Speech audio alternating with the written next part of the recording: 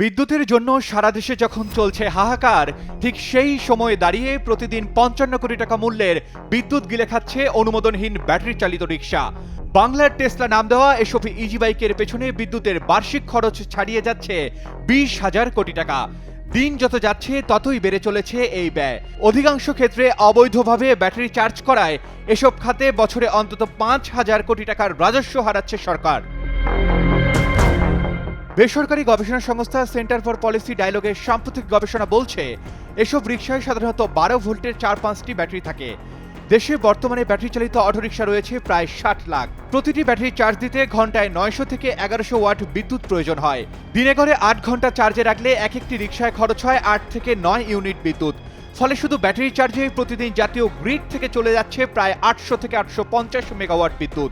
বছরে যার পরিমাণ প্রায় ৩ লাখ মেগাওয়াট, যা দেশের মোট বিদ্যুৎ উৎপাদনের অন্তত ৫%। সবচেয়ে অবাক করা বিষয় হলো, এসব ব্যাটারি চালিত রিকশা চার্জের জন্য মন্ত্রণালয় থেকেই অনুমোদন দেওয়া হয়েছে ৩,৩০০টি চার্জিং স্টেশন। এর মধ্যে ডিপিডিসির অধীনে রয়েছে ২,২০১টি বৈধ চার্জিং স্টেশন।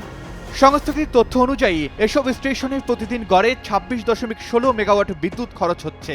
তবে বৈধ স্টেশনের তুলনায় অবৈধ চার্জিং পয়েন্ট রয়েছে বহু গুণ বেশি। অনেক জায়গায় বিদ্যুতের খুঁটি থেকে সরাসরি সংযোগ নিয়ে চলছে এসব চার্জিং স্টেশন।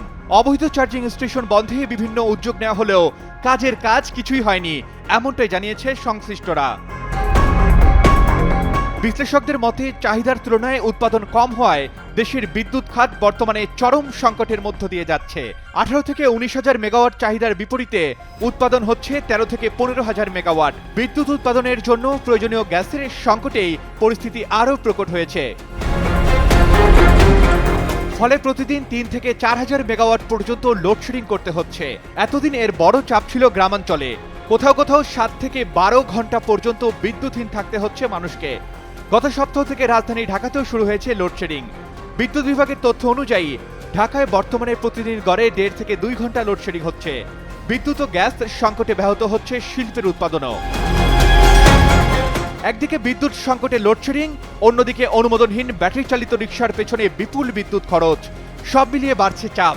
বিশেষজ্ঞদের মতে, এই খাতে শৃঙ্খলা না ফেরানো গেলে বিদ্যুতের সংকট আরও তীব্র হওয়ার পাশাপাশি সরকার হারাতে থাকবে বিপুল রাজস্ব। Arman Ali, Daily Sun.